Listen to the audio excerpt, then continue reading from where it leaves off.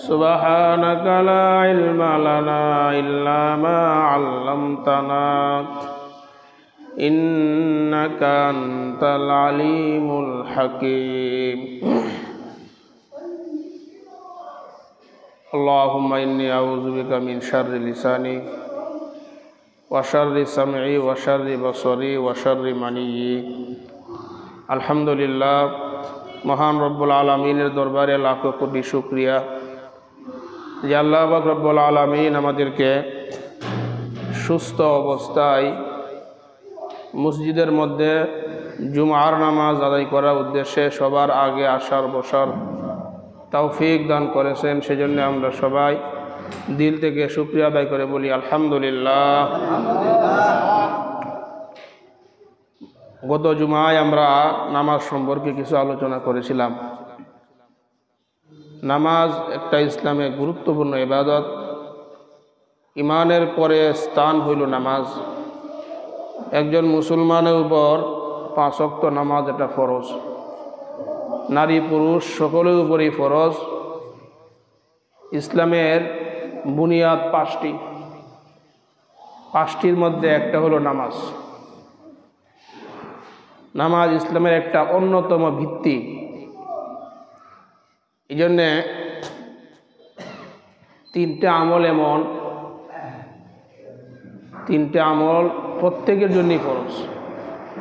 এর মধ্যে একটা নামাজ, আর একটা হলো রোজা আর কালিমা, হজ আর হইল জাকাত। হজ করা, জাকাত দেওয়া এটা হলো ধনীদের জন্যে, কিন্তু নামাজ, রোজা, কালিমা এগুলো প্রত্যেকের জন্যই ফরজ। এই জন্যে নামাজের অনেক গুরুত্ব, অনেক ফজিলত।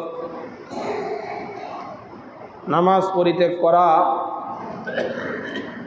এটাকে ফাসিকি বলা হয়। কোনো মাযহাবে নামাজ পরিত্যাগ করা যে করে তাকে কাফের পর্যন্ত বলা হয়েছে। যদিও আমাদের মাযহাবে কাফের বলা হয় না, আমাদের মাযহাবে তাকে গুনাহগার বলা হয়, ফাসিক বলা হয়। তো রাসূল আকরাম সাল্লাল্লাহু আলাইহি ওয়াসাল্লাম আমাদের জন্য যে নামাজ মেরাজ থেকে নিয়ে আসলেন হাদিয়া হিসাবে, এই নামাজ যদি আমরা পড়ি, 5 ওয়াক্ত আদায় করি, নামাজের অনেকগুলা ফজিলত আছে। আজকে আমরা পুরো আলোচনার মধ্যে নামাজের 15টা উপকার নিয়ে আমরা আলোচনা করব। নামাজ পড়লে 15টা ফায়দা, 15টা লাভ, এই লাভগুলো সম্পর্কে আমরা আলোচনা করব। গত জুমায় কিছু আমরা শুনছিলাম হয়তো। নামাজের 1 নম্বর লাভ, নামাজ হলো রাহাতুল লিল কলবি, অন্তরের প্রশান্তি। অন্তরের প্রশান্তি হলো নামাজের মধ্যে।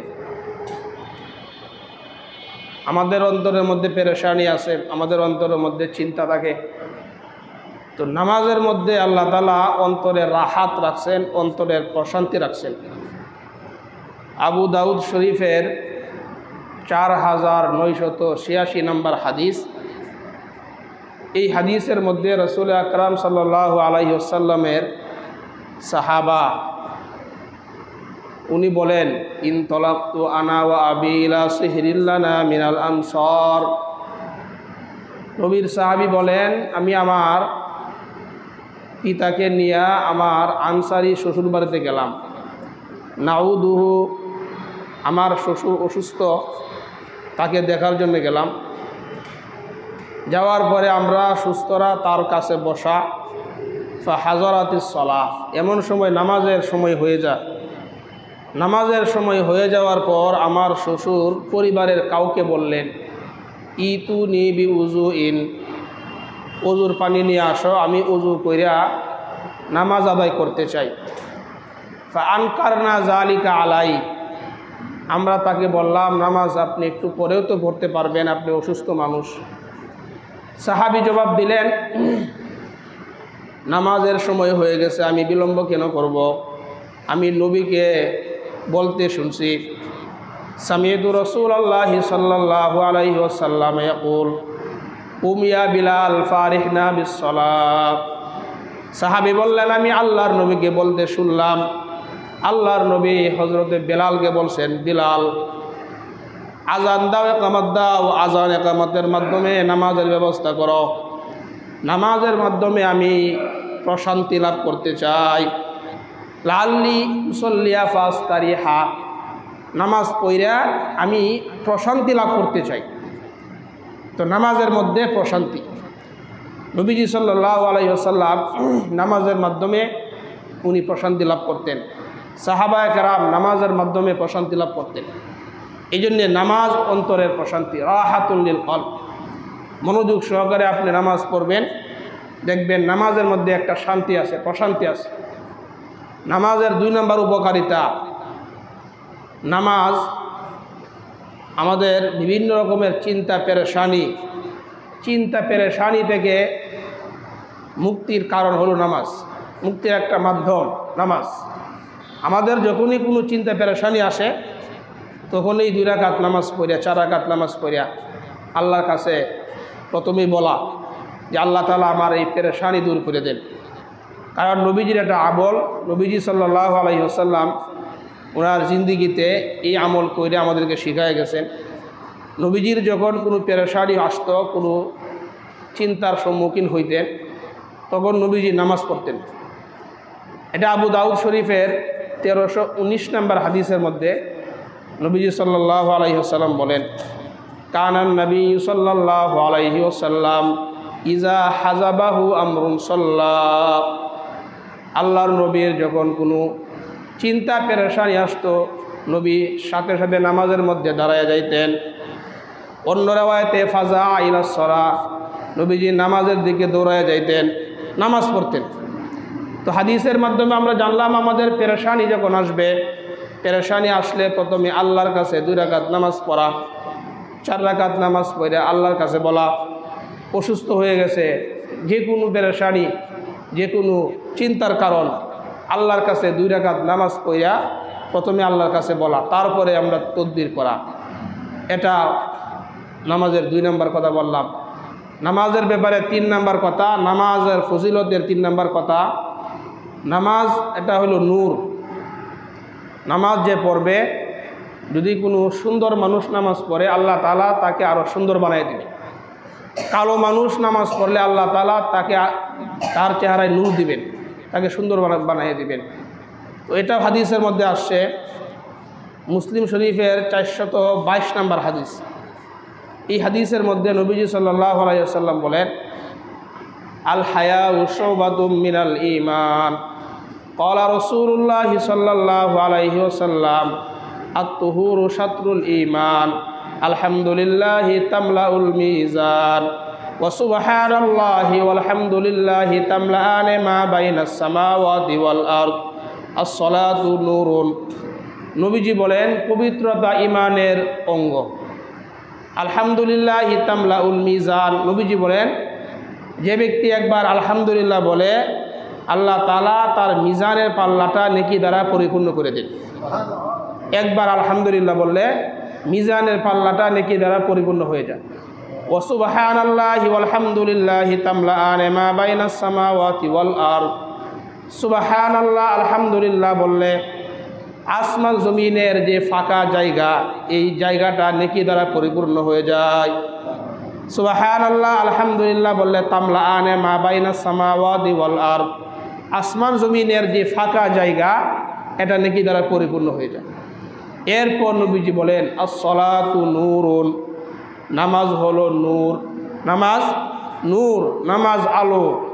নামাজ কেমন নূর? সূরা হাদীদের 12 নম্বর আয়াতের মধ্যে আল্লাহ তাআলা বলেন, ইয়াউমা তারাল মুমিনিনা ওয়াল মুমিনাতি ইয়াসআ নূরুহুম বাইনা আইদিহিম ওয়া বিআইমানিহিম। কিয়ামতের ময়দানে ইমানদার যখন চলবে, ইমানদারের ডানে বামে সামনে পিছনে নূর থাকবে। কমপ্লিট একটা নূরের মধ্যে ইমানদার চলাফেরা করবে। অন্ধকারের মধ্যে লাইট যেমনি আলো দেয়, হারিকেন যেমনি অন্ধকারের মধ্যে আলো দেয়, কিয়ামতের ময়দানে ইমানদার এরকম কমপ্লিট একটা নূরের মধ্যে দিয়ে চলাফেরা করবে। তাহলে নামাজ নূর, নামাজ হচ্ছে আলো। এই নামাজের নূর বাড়াইতে গেলে নামাজ পড়তে হবে। 4 নাম্বার কথা নামাজের ফজিলতের বিষয়ে, নামাজ আমাদের জন্য দলিল হবে, দলিল, মুক্তির দলিল। কিয়ামতের ময়দানে এই নামাজ আমাদের জন্য দলিল হবে। মুসনাদ আহমদের হাদিসের মধ্যে আসছে, ক্বালা রাসূলুল্লাহ সাল্লাল্লাহু আলাইহি ওয়াসাল্লাম, নবীজি সাল্লাল্লাহু আলাইহি ওয়াসাল্লাম 5 ওয়াক্ত নামাজের বিবরণ দিয়ে বলেন, মান হাফাযা আলাইহা, 5 ওয়াক্ত নামাজ যে আদায় করবে, কানাত লাহু নূরা ওয়া বুরহানা ওয়া নাজাতা ইয়াউমাল কিয়ামা, এই নামাজ তার জন্য আলো হবে, ওয়া বুরহানা, এই নামাজ তার জন্য দলিল হবে, ওয়া নাজাতা ইয়াউমাল কিয়ামা, নামাজ তার কিয়ামতের ময়দানে মুক্তির উসিলা হবে। তাহলে নামাজ নূর হবে, নামাজ দলিল হবে, কিয়ামতের ময়দানে মুক্তির কারণ হবে নামাজ। তাহলে 4 নাম্বার পাইলাম, নামাজ হবে দলিল। এই জন্যে আমরা নামাজ পড়ার চেষ্টা করব। 5 নাম্বার কথা নামাজের ব্যাপারে, নামাজ যদি কারো বিশুদ্ধ হয়, কিয়ামতের ময়দানে সর্বপ্রথম নামাজের হিসাব হবে। নামাজের হিসাব হবে সহিহুল জামে 2573 নাম্বার হাদিস। নামাজ যদি কারো সঠিক হয়, অন্যান্য আমলের মধ্যে কিছুটা কমি হইলেও নামাজের উসিলা আল্লাহ তাআলা তাকে মাফ করে দেবে। আর নামাজ যদি ঠিক না হয়, তাহলে তার অন্যান্য আমলগুলাও অশুদ্ধ হবে, ঠিক হবে না। নবীজি বলেন, ক্বালা রাসূলুল্লাহ সাল্লাল্লাহু আলাইহি ওয়াসাল্লাম, আল্লাহর নবী বলেন, আউয়ালু মা ইউহাসাবু বিহিল আবদু ইয়াউমাল কিয়ামাতিস সালাত, কিয়ামতের ময়দানে সর্বপ্রথম বান্দার নামাজের হিসাব হবে। ফাইন সলাহাত সলাহা সাইরু আমালি, নামাজ যদি বান্দার সঠিক হয়, অন্যান্য আমলও সঠিক বলে বিবেচিত হবে। ওয়াইন ফাসাদাত ফাসাদা সাইরু আমালি, নামাজ যদি কারো অশুদ্ধ হয়, অন্যান্য আমলও তার অশুদ্ধ বলেই গ্রহণ করা হবে, অন্যান্য আমলই অশুদ্ধ হবে। নামাজ পড়তো না, অন্যান্য নেক আমল করতো, নামাজ পড়তো না, তো নামাজ না পড়ার কারণে অন্যান্য আমলগুলো অশুদ্ধ হয়ে যাবে। এই জন্যে নামাজ পড়তে হবে। নামাজ না পড়ার কোনো সুযোগ নাই। মুসলমান হিসেবে নামাজ 5 ওয়াক্ত নামাজ আদায় করা এটা ফরজ। নামাজের ব্যাপারে 6 নাম্বার কথা, 5 ওয়াক্ত নামাজ যারা আদায় করবে মসজিদে আইসা, আল্লাহ পাক রব্বুল আলামিন নিজ জিম্মায় তাকে জান্নাতে প্রবেশ করাইবেন। সুবহানাল্লাহ। আল্লাহ তাআলা যদি নিজ দায়িত্বে জান্নাতে প্রবেশ করায়, তাহলে কোনো চিন্তা পেরেশানি আছে? আবু দাউদ শরীফ হাদিসের কিতাব 1420 নাম্বার হাদিস, ক্বালা রাসূলুল্লাহ সাল্লাল্লাহু আলাইহি ওয়াসাল্লাম, নবীজি বলেন, 5 সালাওয়াত কাতাবাহুন্নাল্লাহু আলাল ইবাদ, 5 ওয়াক্ত নামাজ বান্দার উপর আল্লাহ ফরজ করছেন। বলেন তো কয়েকত নামাজ আল্লাহ বান্দার উপর ফরজ করছেন? 5 ওয়াক্ত নামাজ আল্লাহ বান্দার উপর ফরজ করছেন। নবীজি বলেন, মান জাআ বিহিন্না, এই 5 ওয়াক্ত নামাজ নিয়ে যে আসবে, 5 ওয়াক্ত নামাজ যে পড়বে, মান জাআ বিহিন্না লাম ইউদায়্যি মিনহুন্না শাইআন ইস্তিগফাফান বিহাক্কিহিন্না, অবহেলা অবজ্ঞা করে 1 ওয়াক্ত নামাজও কাজা করবে না, কানা লাহু ইনদাল্লাহি আহদুন আইয়ুদখিলাহুল জান্নাহ, আল্লাহ পাক রব্বুল আলামিন তাকে জান্নাতে প্রবেশ করানোর জিম্মাদার হয়ে যাবেন। কেমন যেন আল্লাহ বলতেছেন, বান্দা তুমি 5 ওয়াক্ত নামাজ নিয়ে আসো, আমি আল্লাহ তোমাকে নিজ দায়িত্বে জান্নাতে প্রবেশ করায় দিব। তাহলে 5 ওয়াক্ত নামাজ পড়লে এই বিশাল ফজিলত, আল্লাহ তাআলা জান্নাতের জিম্মাদার। নামাজের ব্যাপারে 6 নাম্বার কথা, নামাজ যে পড়ে, নামাজের ফজিলত, নামাজ মানুষকে কৃপণতা থেকে মুক্তি দেয়। নামাজি ব্যক্তি কৃপণতা করে না। সূরা মাআরিজের 19 থেকে 23 নম্বর আয়াত, এই আয়াতগুলোর মধ্যে আল্লাহ তাআলা বলেন, ইন্নাল ইনসানা খুলিকা হালুয়া, মানুষকে অস্থিরতা দিয়ে সৃষ্টি করা হয়েছে। মানুষ সৃষ্টিগতভাবেই মানুষ অস্থির। ইদা মাসাহুশ শাররু জাজুআ, যখন মানুষকে কোনো অকল্যাণ আসে, ব্যবসার মধ্যে লোকসান হয়, অকল্যাণ হয়, মানুষ অস্থির হয়ে যায়। ওয়াইদা মাসাহুল খায়রু মানুআ, আর যখন মানুষ কল্যাণের মালিক হয়, টাকা পয়সার মালিক হয়ে যায়, মানুআ মানুষ কৃপণ হয়ে যায়। ইল্লাল মুসাল্লিন, তবে যে নামাজ পড়ে সে কৃপণ হয় না, অস্থির হয় না, উৎকণ্ঠিত হয় না। আল্লাযীনা হুম আলা সালাতিহিম দাইমুন, যে সব সময় নামাজ পড়ে, নামাজ পড়ার কারণে তার মধ্যে কৃপণতাও আসে না, অস্থিরতাও আসে না, উৎকণ্ঠা ভাবও তার মধ্যে আসে না। নামাজি ব্যক্তি টাকার মালিক হয়ে গেলেও সে এই কথা বলবে না যে 1 লক্ষ টাকা আমি যাকাত দিয়ে দিব, এরকম একটা দুর্বল মনা চিন্তা তার ভিতরে আসবে না। কেন আসবে না?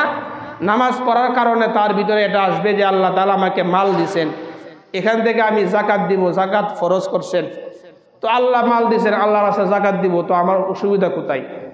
কৃপণতা আসবে না। নামাজের ব্যাপারে 7 নাম্বার কথা, যে ব্যক্তি নামাজ পড়বে আল্লাহ তাআলা তার আগের সমস্ত গুনাহ মাফ করে দিবে। মুসলিম শরীফের হাদিসের মধ্যে আসে, মা মিন ইমরি মুসলিমিন তাহজুরুহু সালাতুন মাকতুবাতুন ফায়ুহসিনু ওযুআহা ওয়া খুশুআহা ওয়া রুকুআহা, যে কোনো মুসলমান উত্তমভাবে ওযু করে, যখন নামাজের সময় হয়, ফরজ নামাজের যখন সময় হয়ে যায়, উত্তমভাবে ওযু করে, ওযু কইরা নামাজ পড়ে, ইল্লা কানাত কাফফারাতুল লিমা ক্বাবলাহা মিনাজ যুনুব, এই নামাজ তার আগের গুনাহের কাফফারা হয়ে যাবে। উত্তমভাবে ওযু কইরা নামাজ পড়লে এই নামাজ তার আগের গুনাহের কাফফারা হবে। মালা বিয়াতি কাবীরা, তবে শর্ত হইল কবিরা গুনাহ করতে পারবে না, কবিরা গুনাহ যদি না করে।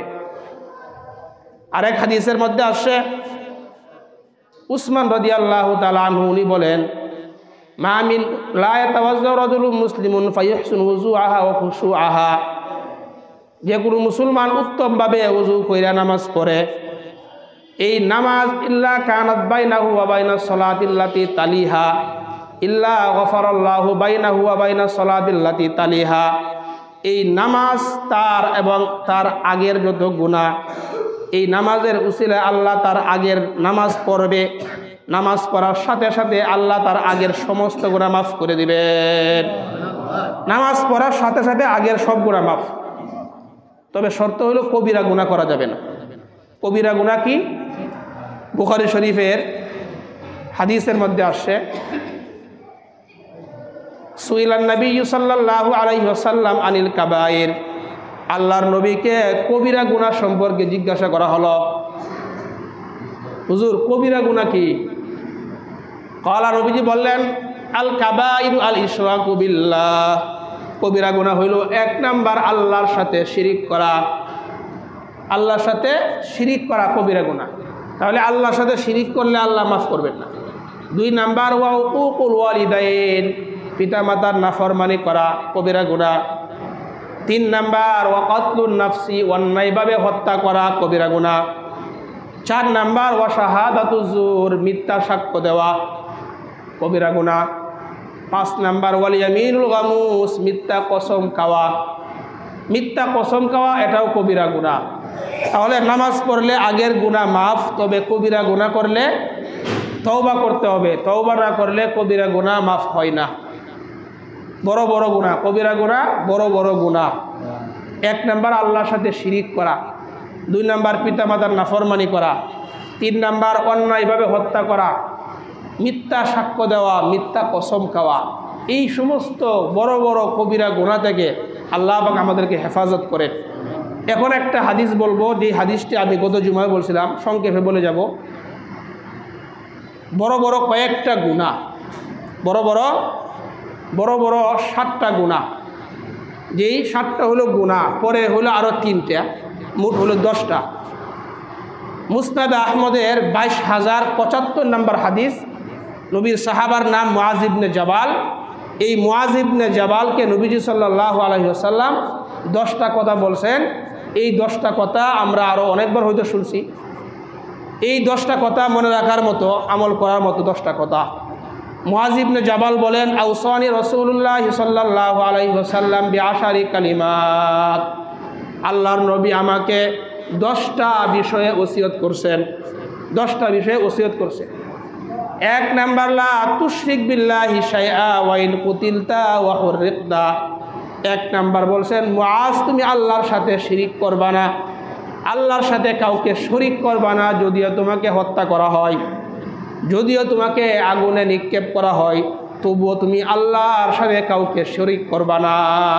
1 নাম্বার, শিরিক করা যাবে না। আল্লাহ এক, আল্লাহর সাথে কাউকে শরিক করা যাবে না।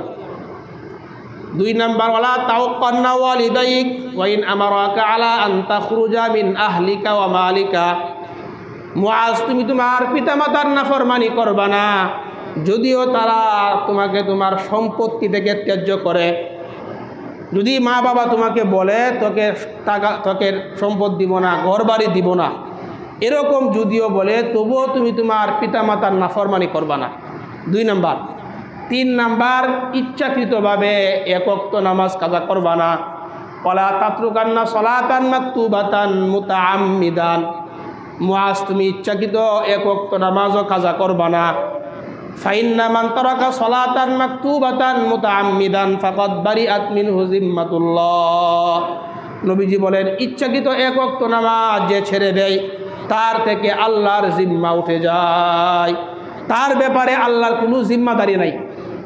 তাহলে বলেন কত বড় কথা। ইচ্ছাকৃত 1 ওয়াক্ত নামাজ কেউ ছেড়ে দিলে তার ব্যাপারে আল্লাহ তাআলা কোনো দায়িত্ব নেন না। এই জন্য আমরা নিয়ত করি ইনশাআল্লাহ ইচ্ছাকৃতভাবে মরণ পর্যন্ত 1 ওয়াক্ত নামাজও আমরা কাজা করব না ইনশাআল্লাহ। নামাজের ব্যাপারে যেটা বলছিলাম আগে, নামাজ পড়লে আগের গুনাহ মাফ হয়ে যায়। আর একটা হাদিস বলি, নামাজ, ফজরের নামাজ আমরা পড়ি, রাত্রে আমরা ঘুমাই, ঘুমানোর পর যদি ফজর পড়ি, নবীজি হাদিসের মধ্যে বলেন, ফাতহুল বারি একটা কিতাব, এই কিতাবের হাদিসের মধ্যে, তাহতারিকুনা, নবীজি বলেন তোমরা গুনাহের আগুনের মধ্যে জ্বলতেছ, তোমরা সব সময় তোমরা গুনার মধ্যে গুনাহ করো, তোমরা গুনাহের আগুনে জ্বলো। হাত্তা ইযা সাল্লাইতুমুস সুবহা ওয়া সালাতহা। নবীজি বলেন কোনো মানুষ যখন রাত্রেবেলা ঘুমা, ফজর যখন পড়ে, ফজর পড়ার পরে ফজরের আগে যে গুনাহগুলো হয়েছে, ফজরের নামাজের উসিলায় তার আগের গুনাহগুলো মাফ হয়ে যায়। হাত্তা ইযা সাল্লাইতুমুস সুবহা ওয়া সালাতহা। ফজর নামাজ পড়ার পরে জোহরের নামাজ মাঝখানে ফাঁকা। তাহতারিকুনা, নবীজি বলেন তোমরা গুনাহের মধ্যে থাকো, গুনাহের আগুনে জ্বলো। হাত্তা ইযা সাল্লাইতুমুজ যুহরা ওয়া সালাতহা। যখন তোমরা জোহরের নামাজ পড়ো, জোহরের নামাজের কারণে তোমাদের আগের গুনাহগুলো সব দৌত হয়ে যায়। তাহতারিকুনা হাত্তা ইযা সাল্লাইতুমুল আসরা ওয়া সালাতহা। তোমরা গুনাহের আগুনে জ্বলতে থাকো। আবার যখন আসরের নামাজ পড়ো, আসরের নামাজ পড়ার সাথে সাথে তোমাদের আগের গুনাহ মাফ হয়ে যায়। সুম্মা তাহতারিকুনা হাত্তা ইযা সাল্লাইতুমুল মাগরিবা ওয়া সালাতহা। তোমরা গুনাহের আগুনে জ্বলতে থাকো। আবার যখন মাগরিবের নামাজ পড়ো, মাগরিবের উসিলায় তোমাদের গুনাহগুলো মাফ হয়ে যায়। সুম্মা তাহতারিকুনা, তোমরা গুনাহের আগুনে জ্বলতে থাকো। হাত্তা ইযা সাল্লাইতুমুল ইশা ওয়া সালাতহা। যখন তোমরা এশার নামাজ পড়ো, এশার নামাজের উসিলায় তোমাদের আগের গুনাহগুলো মাফ হয়ে যায়। এই হাদিস থেকে বোঝা গেল আমাদের 5 ওয়াক্ত নামাজের মাঝখানে যে গুনাহগুলো হয়, নামাজের উসিলায় এই গুনাহগুলো মাফ হয়ে যায়। আর একটা হাদিস বলি আমরা, আজীব একটা হাদিস, মুসলিম শরীফের হাদিস।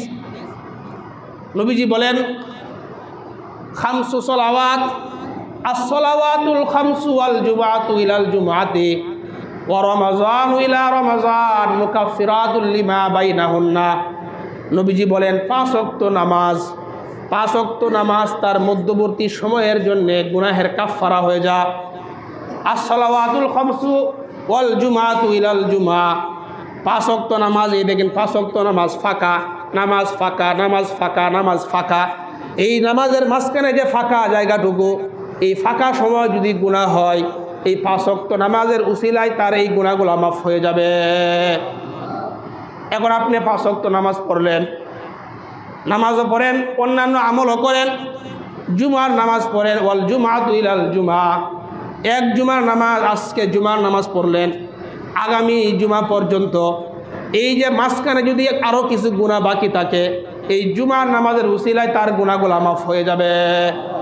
ওয়াল জুমাআতু ইলাল জুমাআতি, আরও আজিব নবীজি বলেন, ও রমাজান ইলা রমাজান, জুমার নামাজও পড়েন, 5 ওয়াক্ত পড়েন, জুমার নামাজও পড়েন।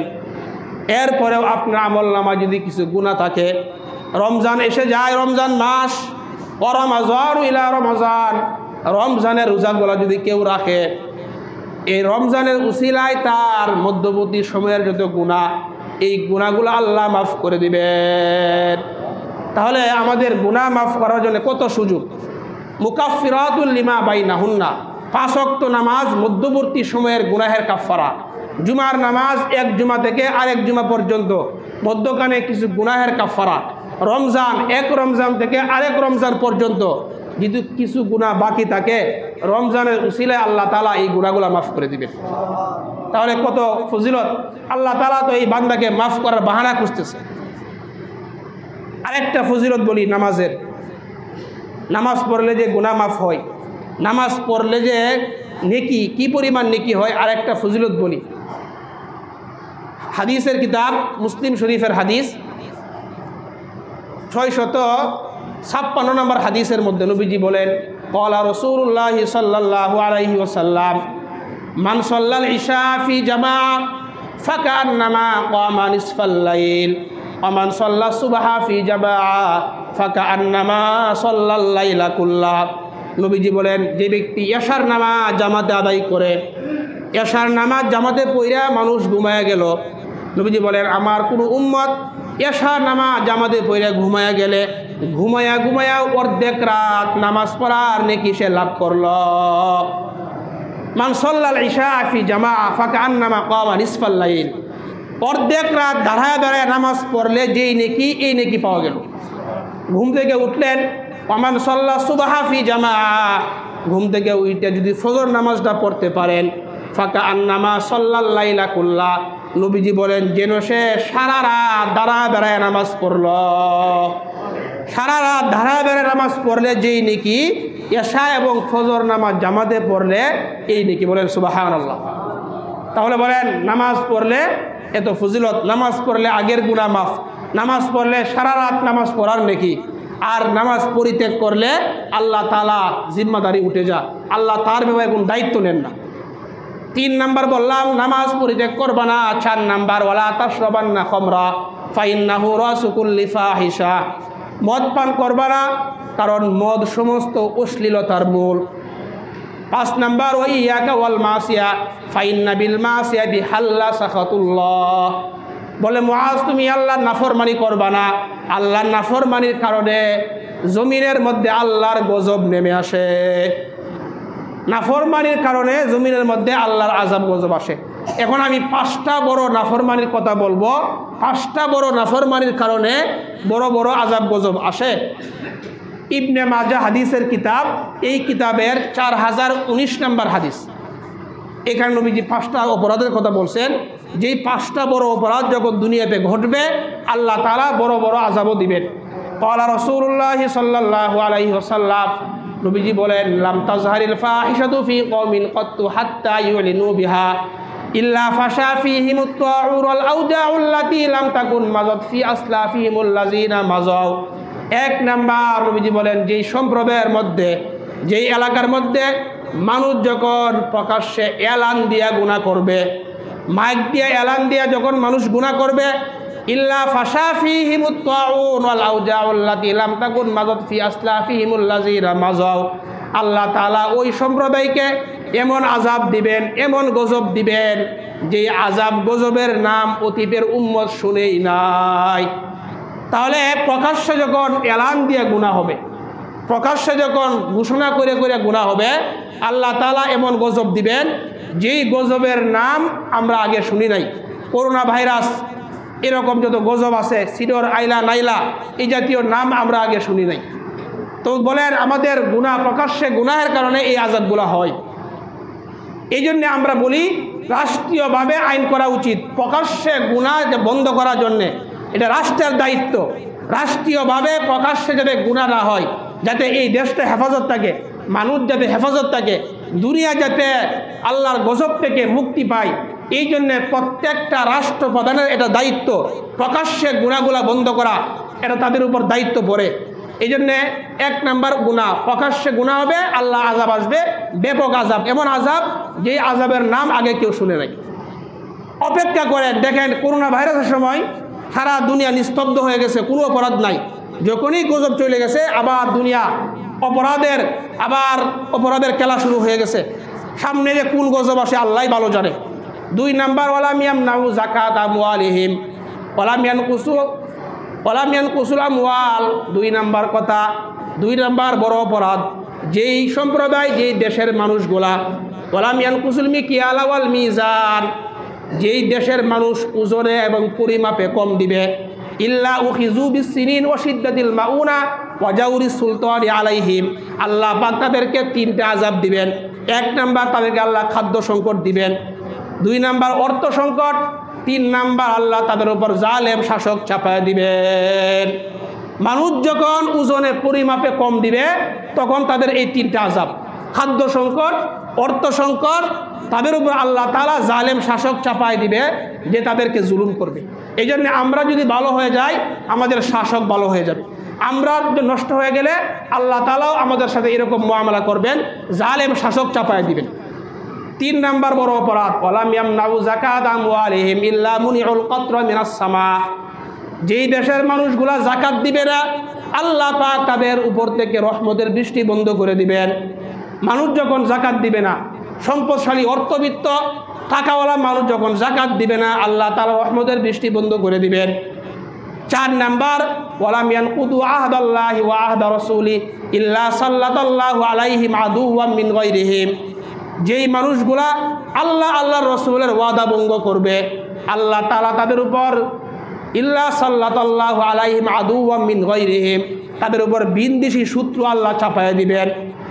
আমরা আল্লাহর সাথে ওয়াদা করছি, নবীর সাথে ওয়াদা করছি, আল্লাহর হুকুম নবীর তরিকায় চলব, এই ওয়াদা যখন মানুষ ভঙ্গ করবে তাদের উপর আল্লাহ বিনদেশী শত্রু চাপায় তাদেরকে আযাব দিবেন। 5 নাম্বার ওয়ামা লাম তাহকুম আইম্মাতুহুম বিকিতাবিল্লাহ ইল্লা জুইলা বাসুহুম বাইনাহুম, যেই দেশের মানুষগুলা আল্লাহর কিতাব অনুযায়ী ফয়সালা করবে না আল্লাহ তাআলা ওই দেশের মধ্যে মানুষে মানুষে মায়ের লাগায় দিবেন, মানুষে মানুষে মায়ের লাগিয়ে যাবে।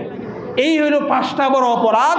এই 5টা বড় অপরাধ যখন ঘটবে আল্লাহর পক্ষ থেকে এই আযাবগুলো আসবে। তাহলে বললাম ওই ইয়াকা ওয়াল মাসিয়া, তোমরা আল্লাহর নাফরমানি থেকে বাঁচবা, অপরাধ থেকে বাঁচবা।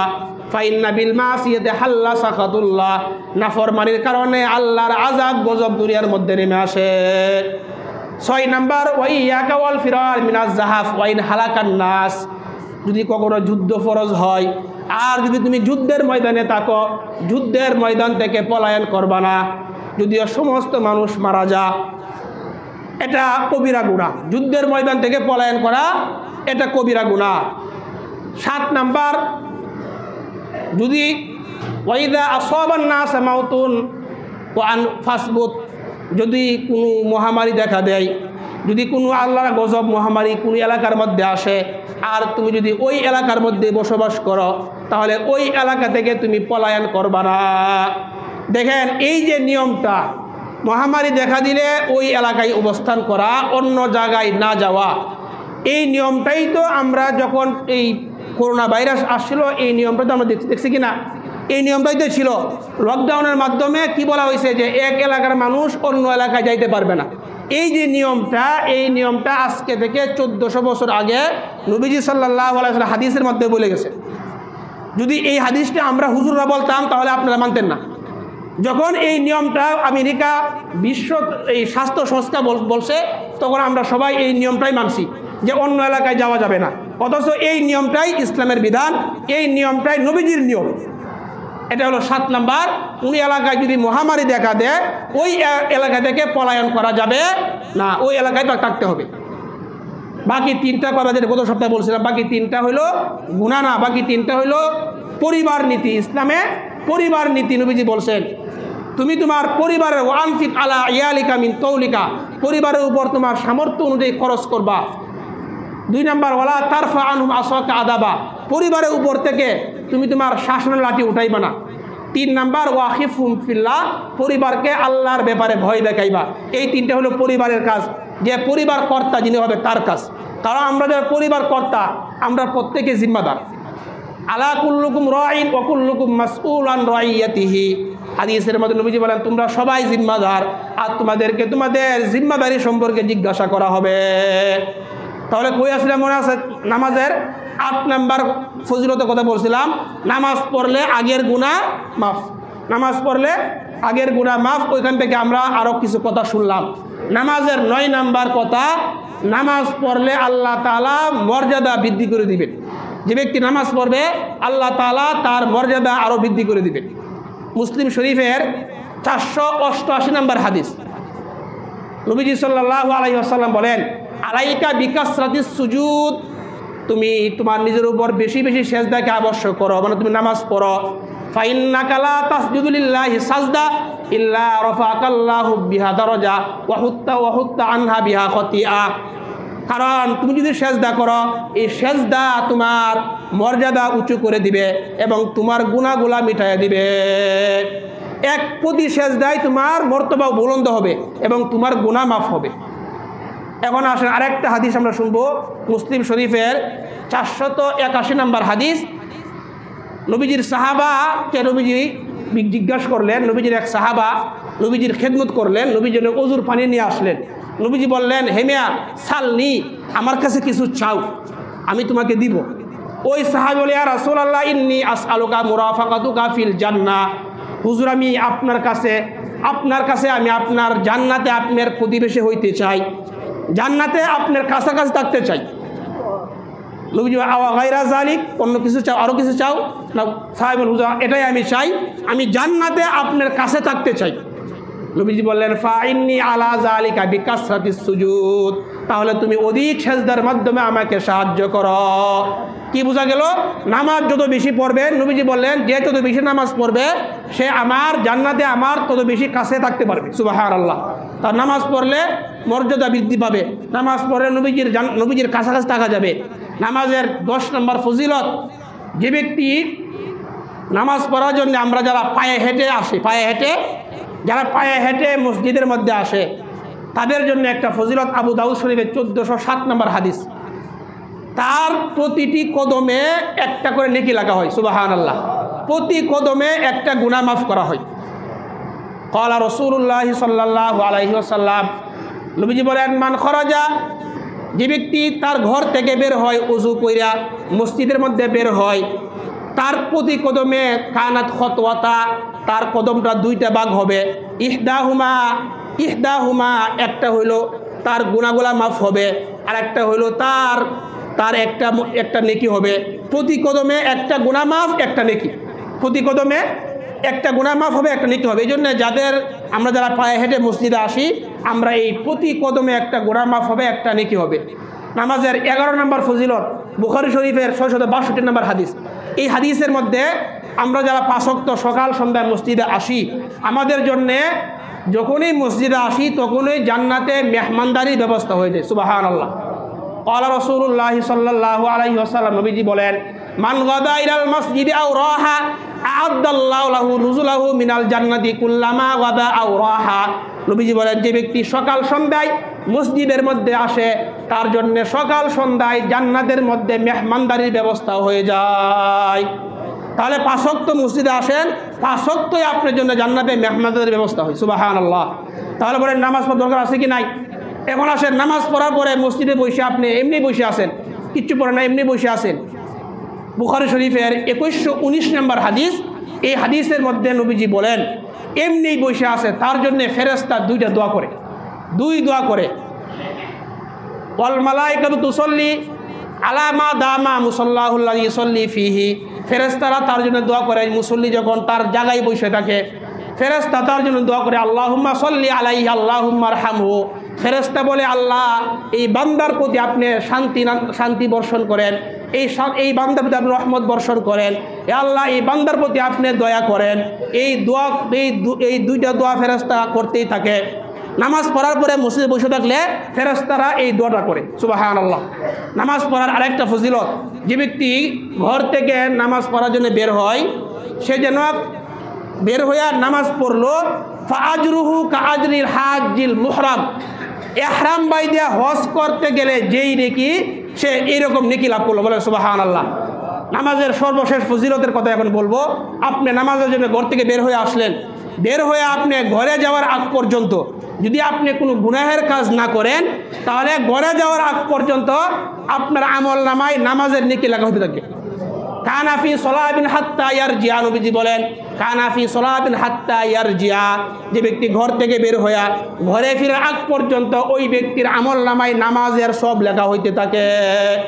তাহলে বলেন নামাজ পড়ার, নামাজের ব্যাপারে এই যে অনেকগুলো ফজিলতের কথা বললাম, নামাজ পড়লে আগের গুনাহ মাফ, নামাজ আমাদের পেরেশানি মুক্তি থেকে আমাদের মুক্তি দান করে, এই সবগুলা ফজিলত, আমাদের চিন্তা পেরেশানি, আমাদের আখেরাতের কামিয়াবি আল্লাহ পাক রাখছেন নামাজের মধ্যে। এই জন্য আমরা সবাই 5 ওয়াক্ত নামাজ ইনশাআল্লাহ পড়ার চেষ্টা করব। আল্লাহ তৌফিক দান করেন। আমিন। ওয়া আখিরি দাওয়ানা আলহামদুলিল্লাহি রাব্বিল আলামিন।